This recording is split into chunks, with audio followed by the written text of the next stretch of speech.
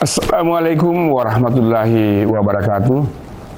Bismillahirrahmanirrahim.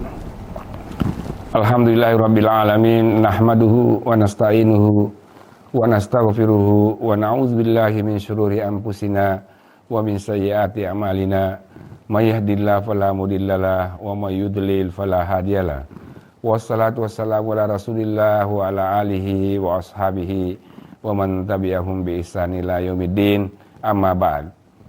Pertama-tama marilah kita memanjatkan puji dan syukur kehadirat Allah Subhanahu wa taala atas segala nikmat yang diberikan kepada kita, sehingga pada hari yang penuh berkah ini kita masih diberikan kekuatan dan kesehatan untuk menjalankan tugas-tugas dan kewajiban kita semuanya.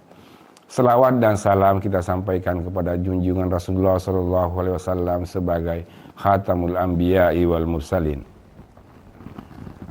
Kelompok takfiri menganggap bahwa label kafir harus dilekatkan kepada mereka yang menolak ajaran Tuhan atau yang berbeda paham dengan mereka. Kelompok takfiri tidak menyadari bahwa kata kafir yang mereka tudingkan justru merupakan kekafiran itu sendiri. Mereka tidak memahami bahwa kata kafir memuat konsekuensi teologis yang sangat serius. Perilaku ini identik dengan apa yang dilakukan iblis ketika menolak bersujud kepada Nabi Adam. Sebuah perilaku yang melahirkan kredo bahwa dosa pertama yang dilakukan oleh makhluk adalah keangkuhan. Makhluk itu adalah iblis dan ia mendapat predikat kafir akibat tindakannya itu. Pernyataan ini terekam dalam Al-Quran bahwa sifat sombong telah ada sejak Nabi Adam diciptakan. Dalam Al-Quran surah Al-Baqarah ayat 34 menyatakan dengan sangat jelas, Bismillahirrahmanirrahim. Wa iskunna lil malaikati isjudu li adama fasajadu illa iblis aba wastakbara wa kana minal kafirin. Dan ingatlah ketika kami berfirman kepada para malaikat, sujudlah kamu kepada Adam. Maka sujudlah mereka kecuali iblis, dan adalah ia termasuk golongan orang-orang yang kafir. Para malaikat menyadari bahwa perintah ini tidak boleh ditangguhkan, karena itu adalah tanda-tanda ketaatan dan penyerahan diri kepadanya. Maka mereka pun segera sujud tanpa menunda atau berpikir. Apalagi perintah tersebut langsung dari Allah yang maha mengetahui dan maha bijaksana, bukan dari siapa yang bisa jadi keliru. Sedangkan iblis menolak sujud bukan dengan alasan takut kesyirikan, tetapi muncul dari keangkuhan yang menjadikannya menduga bahwa ia lebih baik dari Adam. Di dalam Al-Quran, Allah menyebut sikap sombong iblis dengan menggunakan kata istikbar, bukan takabur. Menurut Quraisy Shihab, kata istakbara terambil dari kata kabura dengan penambahan dua huruf yaitu sin dan ta. Kedua huruf ini berfungsi mengilustrasikan betapa tegas dan kukuhnya keangkuhan itu. Dengan demikian, kata istakbara menggambarkan keangkuhan yang luar biasa. Quraisy Shihab dalam tafsir Al-Misbah menjelaskan bahwa keangkuhan berbeda dengan membanggakan diri. Membanggakan diri belum tentu menganggap dirinya lebih baik dari orang lain. Bahkan boleh jadi saat itu dia masih tetap mengakui keunggulan pihak lain atau sama dengannya. Adapun keangkuhan yang dimaksud adalah membanggakan diri sembari dengan merendahkan pihak lain. Jika mengacu pada kisah pada ayat di atas, iblis menyatakan keunggulan asal-usulnya sembari memandang rendah asal-usul makhluk lain. Maka karenanya kata istikbar berkorelasi dengan fenomena kekufuran.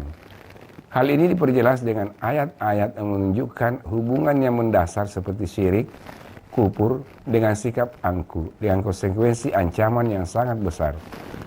Imam At-Tabari dalam tafsir At-Tabari mengatakan bahwa walaupun ayat tersebut diturunkan berkenan dengan iblis secara khusus, namun maksud dalam ayat ini secara umum dapat diasosiasikan untuk setiap orang yang bersikap sombong seperti iblis. Sombong yang dimaksud adalah merasa lebih dan lebih dari pihak lain, sembari merendahkan dan menyalah-nyalahkan untuk menegaskan kebaikannya. Perilaku istikbar ini terwariskan kepada kelompok-kelompok takfiri hingga di era kini. Hanya mereka tidak sadar bahwa penghakiman kafir kepada kelompok lain itu sesungguhnya adalah cerminan atas status kekafiran mereka sendiri. Rasulullah SAW pernah bersabda, ayyuma rijalun qala li akhihi ya kafir faqad ba'a biha ahduhuma in kana kama qala wa illa raja'at ilaihi. Siapa yang memanggil sesama muslim dengan panggilan hai kafir, maka salah satunya akan kena jika klaim itu benar. Apabila tidak, maka klaim kafir akan kembali kepada orang yang menuduhnya. Diriwayatkan oleh Al-Bukhari dan Muslim. Padahal mayoritas ulama menyepakati bahwa orang yang melafalkan 2 kalimat syahadat berarti dia sudah masuk Islam. Dengan demikian, non-muslim yang mengucapkan 2 kalimat syahadat dengan sendirian statusnya beralih menjadi muslim. Imam Asy-Syaukani menjelaskan tidak pantas bagi seorang muslim atau orang yang beriman kepada Allah dan hari akhir memvonis kafir orang lain sebelum menunjukkan bukti yang lebih jelas dari cahaya matahari. Maksudnya seorang muslim tidak boleh mengkafirkan sesama muslim kecuali kalau pihak yang bersangkutan terang-terangan menyatakan diri sudah keluar dari Islam. Karenanya lebih baik menahan diri untuk tidak mengkafirkan orang lain. Kalaupun ada berbeda pendapat dengan orang lain, sikapilah dengan bijak dan pikiran terbuka tanpa harus saling mengkafirkan dan melaknat. Usikum wa ya bitaqwallah. Wassalamualaikum warahmatullahi wabarakatuh.